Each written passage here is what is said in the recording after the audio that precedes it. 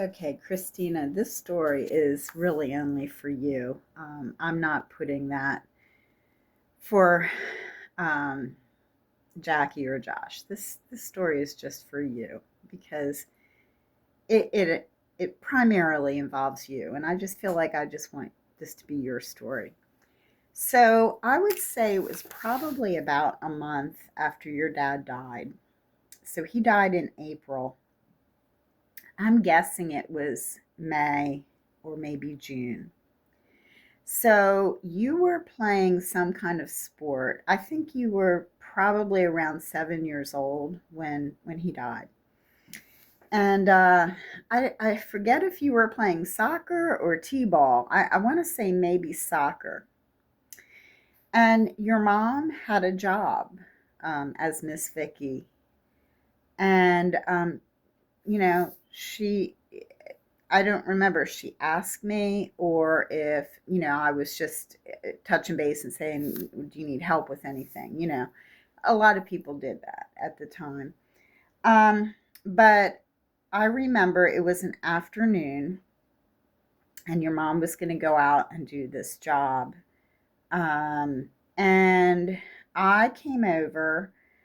Um, you were at a little sport event, and I believe a neighbor or someone was transporting you and going to bring you back to the house around dinner time. Your mom gave me instructions about what to feed you. She said, as I recall, egg noodles. You liked egg noodles or just pasta cooked, but no sauce, nothing, just butter with maybe salt and pepper. That's what you would eat. And I'm trying to remember this day. I remember a lot of it. I mean, when I have memories sometimes in my mind's eye, I often think of the lighting in the space. I can visualize very well that kitchen, at Bailey Drive. So your mom left, and I kind of, I just wanted, like, there must have been an hour or two before you were getting back, and I just wanted to make myself of use. I mean, your mom was overwhelmed, and I'm sure there was a lot going on. I guess Josh was living there still. I'm not sure where Jackie was. Maybe, maybe both of you had sporting stuff. Maybe you were both coming back. I don't remember. The reason I think of this story as being more about you, Christina, was the thing with the noodles. It's kind of funny because over the years, after that time, I have found that plain noodles with butter and just salt and pepper are actually a very comfort food for me. I will do that occasionally. Just, I don't know. So, in that kitchen, after your mom left for her job, um, I remember looking in the refrigerator, and there was a lot of, as I remember, it needed a little bit of cleaning and maybe sorting through some food and stuff like that. And, the kitchen counters, I decided I was just going to give your mom's kitchen a thorough cleaning, like counters, like clean out the stove and scrub and do stuff. And I think I moved stuff around in the refrigerator. I might have, like, who knows, like thrown away something bad. I don't remember, but I do remember taking some time and just, wiping down with sponge and cleaning, and I think I asked your mom, as I'm remembering this, before she left, can I, like, clean your kitchen? Like, what do you need? And she may have said, yeah, here's some cleaning stuff, or I really don't remember. I kind of feel like she gave me some instructions, but I kind of went beyond that, just to help. And so at some point you came in, maybe you and Jackie. I don't know where Josh was. I can't remember. You had a little front room where you watched movies and stuff like that. Um, I can't remember a lot. I can kind of loosely remember you coming in with a little sports uniform, and I, offered some food, made some food. I don't remember if you didn't seem like you had an appetite or whatever. It would have been very understandable, for children who have just lost their father with stress and anxiety and all that. I don't know. But what I remember is I must have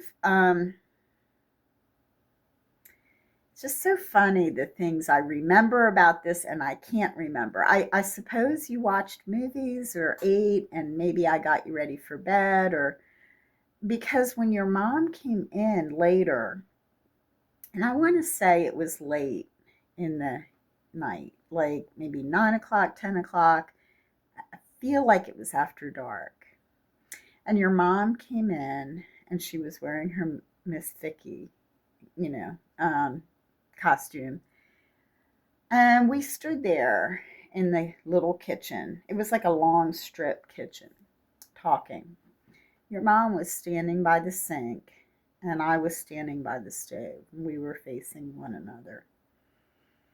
And I don't know, I got to talking, or some, I asked how she was, and your mom just started crying. And she just said, you know, I'm so tired. And I remember standing there because your mom, you know, she, how can I put this? I remember my response, my thoughts and my feelings as another woman standing. Like, for me, I've struggled during my lifetime with relationships with other women because of my own difficulties with my own mother. A lot of mothers and daughters, they're close. I guess women learn how to uh, show affection, emotion. Like I know many years ago when I was really struggling in my 20s, I had a very difficult time at that time if I was upset if an older woman touched me in any way, like to comfort me, like even like, or wanting to hug me. Like I pushed away, right? Your mom has always been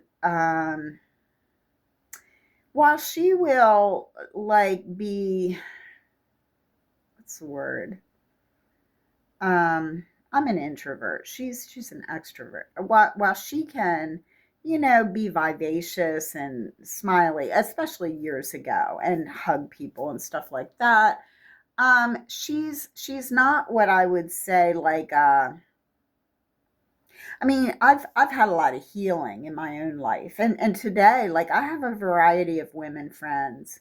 There are some women that I'm friends with that if I had been in that situation, or like an equivalent situation like now, I feel like I could have, I would say I'm so sorry, and I would be able to like just hug them or something, right? But back to that time in 1997. So your mom was standing there and I was standing there, and she just she broke down. It was leaking out of her. Like, she wasn't weeping or bawling, but her eyes were watering. She was fighting back tears, and she just said, I'm so tired. And I stood there and I didn't know how to respond. Like, in a sense, I didn't know whether to give her a hug or what. I stood there and I listened and we talked, but I felt like it just stands in my mind because I'm not sure why. It just stands in my mind, that experience with your mom, because when your dad made these tapes for people and messages, and I've somehow misplaced or lost my copy of Dave's message to Gemini, and I I asked Josh if maybe he can locate it. He says he has the tapes. Um, I would love to get a copy of it again. But I remember the stories your dad told to Gemini. And so I'm going to tell one of the stories that I remember being on that tape. But it kind of has to do with maybe this situation that day with your mom. Because there was a reversal in a sense. Like I think I've said before when we talked, when I was struggling, in my around the time I was pregnant with Zach and in my marriage with Jim and so many things, right? It was like a perfect storm, right? Like it was going on 10 years since my dad had died, and I never grieved. Like there was no one around me helping me to grieve his loss and stuff like that. So, I was pregnant. I was having lots of problems with Jim. I was having problems with my mom. It was just a hard time, right? But, the movie Beaches is a story about two women. And sometimes over the years, I've thought about your mom and me in a sense. I mean, I'm not her best friend, Sherry is, another woman, but your mom, in my mind, um, at points in my life many years ago, I guess I viewed your mom as maybe my best friend, right? In some way, possibly. I don't even know. Like, see, I'm getting emotional. I'm doing that voice crackle thing. It's interesting how speech will evolve and we learn things, and I don't want to do voice crackle. Okay. So it's interesting because when Dave died, in Jim's mind, Jim had all these like odd oh, if it was me with cancer, Eileen wouldn't stand by me like Vicky. He was like having a total nervous breakdown over your dad's illness and all. It was really odd because like in Jim's mind, I think he thought Dave was his best friend or something. Dave was everyone's best friend, right? And he was a caring person. But to be fair, like there was some like, your dad and mom with Jim and I early on, we did a lot of stuff before we had kids as couples, right? Like dinner and stuff like that. So this movie Beaches, it's got Bette Midler in it. It's a old movie, but it's a story about two women, and one of them is kind of very extroverted and very like she's kind of like the star of this friendship that evolves from the time they're children, right, into their like adult life. The other woman is more reticent. Like if you've ever heard the song Wind Beneath My Wings, it's like, did you ever know that you're my hero? You're everything I wish I could be. And I can fly higher than an eagle because you're the wind beneath my wings. It's you may know that song. It's from the movie Beaches. And so anyway, this story of these two women go on, and it's got like haven't seen it in a long time. There's a lot of reversals in this story about their friendship. And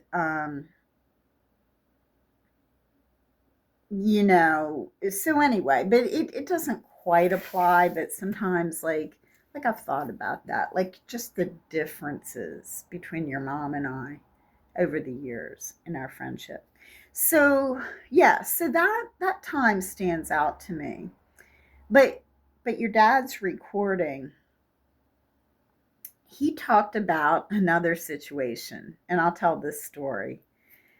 So Jim and I, so what had happened, um, Jim had taken, let me get this straight. We were struggling financially. I had the first year Jim and I married, I worked as a kindergarten aide at the Newark Church of Christ. It was full time. Um, I made minimum wage. I think it was like $3.35 an hour. Jim was finishing his college degree, a BA in geography. Okay. At the end of that school year, I'm trying to remember the sequence of this. I need to charge my phone. Screen's getting dark. Oh, tripped over cup there. Let me plug in here in my bedroom. Okay. I'm trying to remember the sequence of this. Okay, so what happened was that first year we were married, I worked as a kindergarten aide. We were really struggling financially. And I had an opportunity to take a job for $5 an hour as a clerical aide. The woman was from the Newark Church of Christ. She was a secretary for All States Engineering Company over at Levere's. So sorry. It's a little hiccup there or whatever. So for a year, I was trying to get this straight. Yeah, I was doing that. And I miss terribly working with children, and I was not really suited to that clerical job. So about a year later, they needed a 3-year-old teacher at the Newark Church of Christ daycare, and I took that job with a pay cut. I went back to the school working for like $3.35 an hour. But Jim had graduated, and I had at the credit union. I'm trying to think of the sequence of this. Okay, so Jim was looking for work. And Jim had a driving problem. Like, I don't know why he couldn't drive, his coordination or something. And I usually did the driving, but we had taken a loan for $1,000 to get him a vehicle, and I had practiced drive it. He took a job up on it was with Cohen Brothers Furniture Store up near the Newcastle Farmers Market on Route 13. But what had happened, we had $100 a month loan to pay off this vehicle. And when I put it on my insurance policy, we had another vehicle that didn't have comprehensive and collision on it. It was a cheap vehicle, like a Datsun or something someone had given us, that was rusted and had all these problems that I was driving. And like my agent didn't think, because we had a loan on this vehicle, to put like extra insurance coverage. So what had happened was, when we got the vehicle, I literally had to ride, and it was like scary, in the front seat with Jim.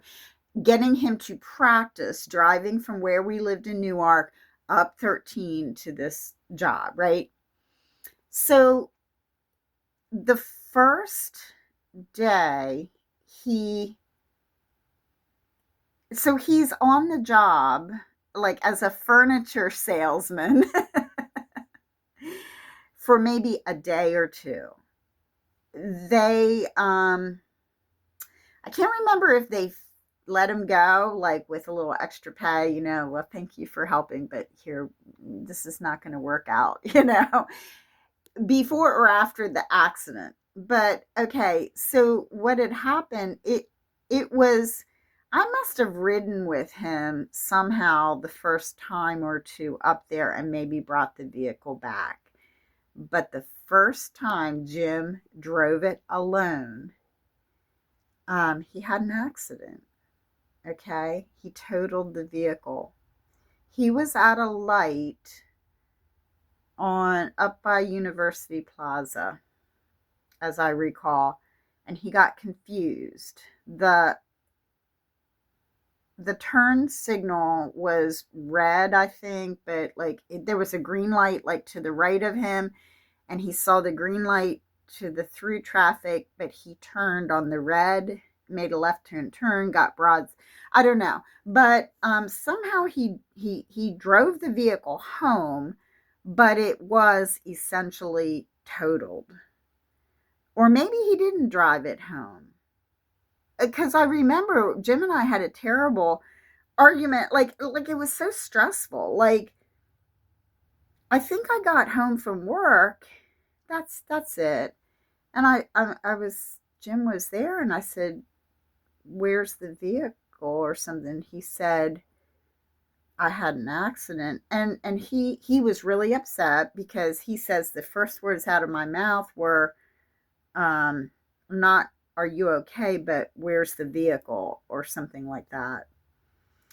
Because I mean, from my perspective, Christina, he's standing in front of me, right? Like he was okay, I guess. I get it. Like maybe I did the wrong thing, but like we were under terrible financial stress.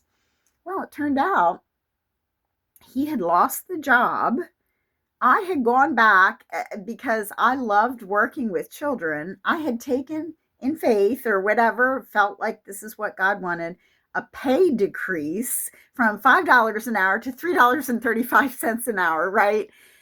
And we had this loan at $100 a month for a vehicle for Jim to get to work that he totaled on the first day he took it out because he can't drive, right? So, okay, so the story your dad tells. So around that time at the barn, I had the idea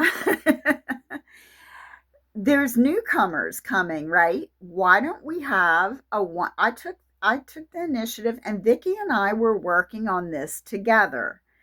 I had talked to, I guess we had talked to Neil and Bruce, but like, what if we have once a month a newcomers dinner, a potluck for anyone that's new to the church, to people to attend, and let's meet and greet these people, right? It was my idea. Your mom and I were doing it. So, what had happened was, I don't know if you remember Steve and Maggie Moore. So they lived in Newark. They actually lived on South College Avenue in the house that the Palkovitzes had previously lived and rented before they moved up to Kemblesville. So this one Friday night, so it's all around the same time. Like the car had been lost. Jim was looking for work. Um, he had we had a terrible argument because Jim came back. Okay, so Jim had some applications or something. He had actually misplaced them, lost them. he later found them in a bathroom or something on the campus of the university. But he comes back and he goes off on me, like, because I had cleaned the house, and he was sure that I had thrown these papers away, and he was going off on me, and it was really upsetting. And I'm trying to think of the sequence. Maybe this happened before this night where we sought immediate help and counseling from Steve and Maggie Moore, right? This was,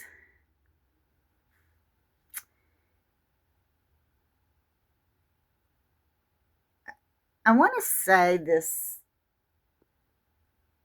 was actually the spring.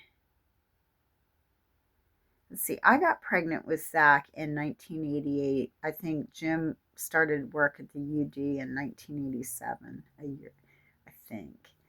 So, okay, so what happened was I said, Jim, I didn't take this. I didn't throw it out. I wouldn't have thrown these applications out. And so he went out, he retraced his steps, right? He literally found them in like a room, a bathroom, a room, or a cubicle or something.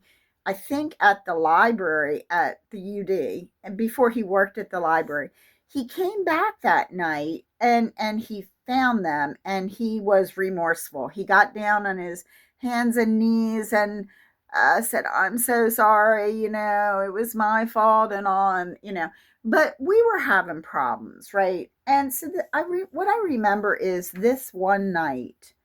I remember there was snow on the ground, and we were having such argument. No, wait, there wasn't snow on the ground. No, I'm wrong, because I met shortly after this with Neil on campus, and it was spring. I'm wrong. I don't know why I was thinking. Maybe, I don't know. I may be mixing some stuff up. So Neil was not available. He was counseling Jim and I. And it was maybe a Friday night, and I called Steve and Maggie Moore. I said, can you talk to Jim and I?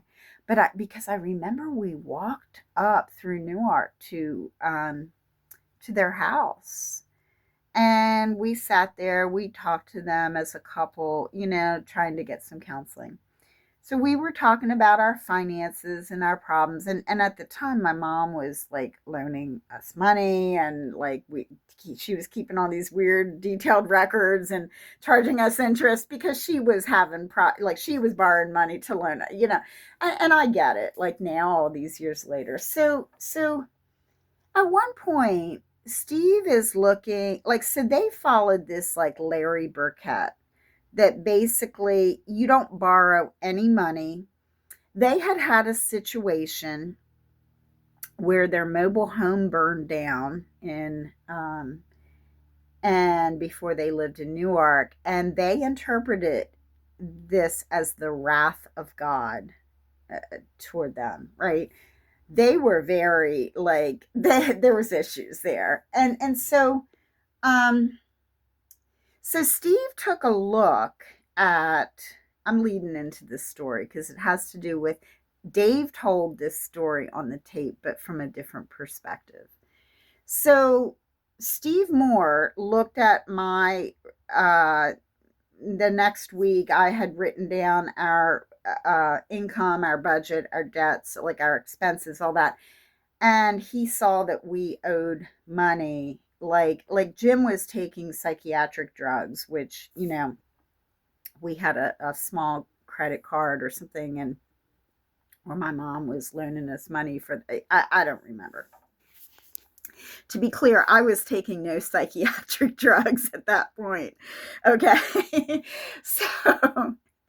So anyway, Steve Moore looked at it and he says, I see the problem right here, and I'm like, what? And he says, he wanted us to go home and pray about it because he said there was a secret sin, right? And so that week I was like praying, thinking, what is our secret financial sin? I mean, Jim and I literally, we would walk around campus Saturday mornings after the parties on campus, Friday nights, and we would gather up aluminum cans, right, by the bag full of beer cans and stuff. And you could, at the time, you could take them up to like Super Fresh and put them in a machine and get some coins out, right?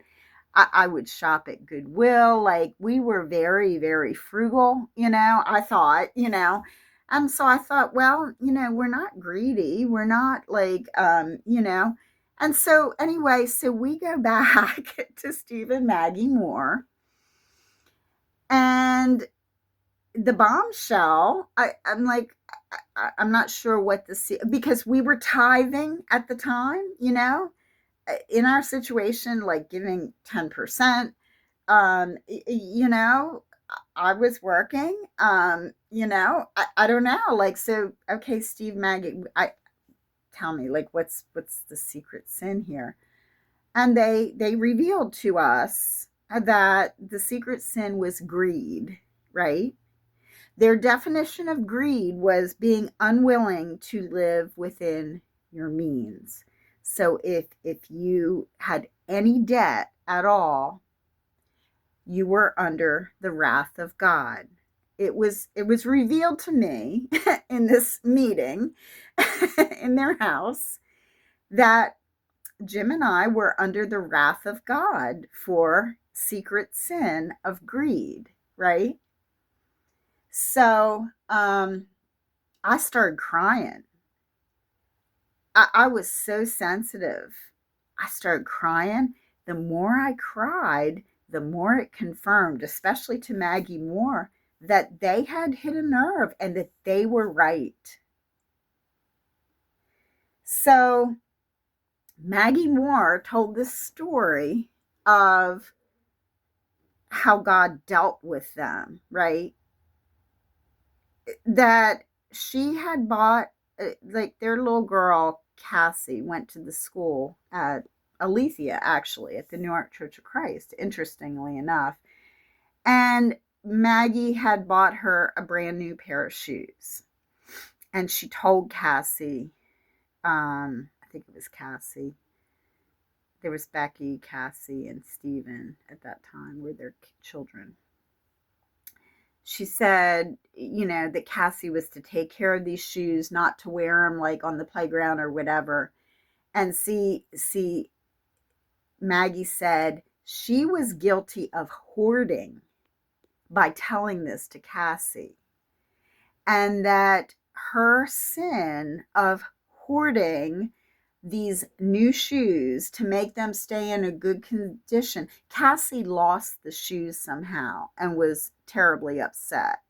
So Maggie explained that the wrath of God had come to punish, I guess, to punish her for the sin of hoarding and greed, and that Cassie, the little girl, had suffered because of it. So the next time we met with Steve and Maggie, this actually was the triggering event that I'd say, like, sent me into like a terrible mental spiral during that time, right? This idea that God was out to get me, to punish me, that I was really bad, right? Someone like me that grew up with the trauma that I grew up with. Like, so Maggie did say to me at the next week, she's like, because I expressed some stuff and I was pretty upset. And she said, so Maggie Moore had grown up with like a very not an alcoholic, but a very rigid religious background. So somehow Maggie Moore asked me some questions about my childhood, why I was responding like that. And she recommended a book called Adult Children of Alcoholics. And I got the book because she said that the patterns are the same, like you're excessively hard on yourself and all this stuff. So, okay. So, in the meantime, during that week, we had been advised when you get paid, pay all your bills, right? And just trust God. So we had this loan on this car Jim wrecked. Jim was unemployed. I was working for minimum wage, and we were really struggling. So I got paid, and I paid the bills we could. And I remember somehow, this sticks in my mind, I think we had $7 left for the next 2 weeks. So I thought, here's what I thought, because I believed it. We're under the wrath of God. Eileen, I'm bad. God is particularly, and I thought to myself, if I'm under the wrath of God, I can't tell anyone about how hard this is, right? So I was working at the school, right? We had like $7. And I remember we had butter and ketchup in the refrigerator, and I had some boxes of pasta. And I went out. I do remember this. I must have bought something like a pack of chicken. Like there were like 7 chicken legs or something like that. And this pasta, no sauce, ketchup, whatever, butter. This is going full circle with your little meal that night, Christina, with the egg noodles and butter and salt and pepper. Okay, so in my mind, I thought, I'm working at a daycare center. Every day I get a meal with the kids at the school, one meal a day. And at the end of the ladies in the kitchen knew that we were struggling. They would sometimes send like leftovers home with me. Here's some extra brownies. The kids, here's a little bit of the the noodles, the lasagna, whatever it is they made for the kids. Sometimes I would be so grateful just to get a little plate or two of something. But in my mind, I thought, I divvied it out. Jim would get the chicken leg, like whatever it was that we had was not much for 2 weeks. I was getting, like, I didn't have enough gas to get up. We were living in right behind the Newark Library in like a duplex, and my neighbor next door, this young woman, uh, she would drive me up near the school every day because I didn't have enough money to get to my job, right? And she would drop me off somehow. So we had to make it through 2 weeks on whatever it was, right? So I would like divvy out, I would cook each night the chicken leg for Jim because I ate at the school, right? And I would like have some leftovers or whatever. So it was going on like this for a few days. So that weekend, Vicky and I were in charge of this potluck thing, right? And I thought to myself, um, maybe she was going to pick me up. They were going to pick us up to drive us up there. But it was Saturday, and the thing was that night, and I had nothing to cook, nothing to bring. So your dad tells this story on the tape. He said, because what I did, like, it's hard for me to tell the way he told it or my, like, so what I did was I thought, I called Vicky and I said, hey, what are you bringing to the potluck tonight? And she's like, oh, I don't know, I haven't thought about it yet. And I said to Vicky, I said, listen, if you go out and buy some chicken, I'll cook it and bring it for both of us. How's that? So Dave tells the story. He said, um, well, so he says, well, Vicky put on her Madam Prosecutor glasses. That's what your dad said. And inquired, because your mom did say, I mean, do you have food in the house? And I'm like, I don't know, And she literally within hours, and your dad tells this story, how from their excess, they just gathered up food that was just around, like extra boxes of this and that. And Vicky came over with some bags of groceries, right? And we got to the dinner that night. We could, like, I don't remember. But Dave told that on the story because he said, and now the tables are turned and we are in a time of need. And he talked about, and he said, I especially want to encourage Eileen because she struggles more, is what your dad said. But he talked about how we climbed ourselves out of poverty and how he was so delighted, our 10-year anniversary, which would have been 1995, 2 years before he died, that we were able to say, hey, we're going away on a little getaway for our anniversary, right? But he tells the story how while other people, I mean, in the meantime, with let me backtrack. So with Steve and Maggie, and that after that happened that weekend, and your mom brought groceries and all, I told Neil about this. I met with Neil on campus, actually. He was actually upset. He said, Steve Moore feels like he's got a prophetic gift, but he doesn't always know his audience, right? And he said, the problem is not that you're greedy. The problem is Jim is unemployed, And so Neil started meeting more with Jim and saying, you've got to step up to the plate. You've got, and holding him accountable. But in the meantime, I was so distraught emotionally after that. And I wanted children so much. I wanted to get pregnant, just like your mom had Jackie by then. And, I did get pregnant around the same time. You were born 2 weeks before Zach, as I recall. Zach is May 27th. You were about 2 weeks. Because I remember bringing a meal to your mom when you were born, Christina. And I remember she was like up in the bedroom and I looked at you and everything. And I was terrified because I was like, I'm next, like I'm like so pregnant and I'm terrified, of giving birth, right? Because I just went through terrible emotional struggles because, all these years later, I couldn't depend on Jim. He was not what he should have been for whatever reason. And I was terrified, right? I was a normal young woman. I wasn't crazy. I wasn't any of this stuff, I had just married someone with tremendous psychiatric problems, just like my mother, and like was in all this like situation, right? So anyway, Neil, yeah, I remember that. Like, so Neil did that.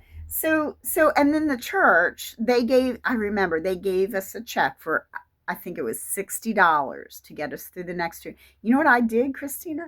I went up, there was the grocery store, must have been Pathmark then, up in College Square. I think I went there.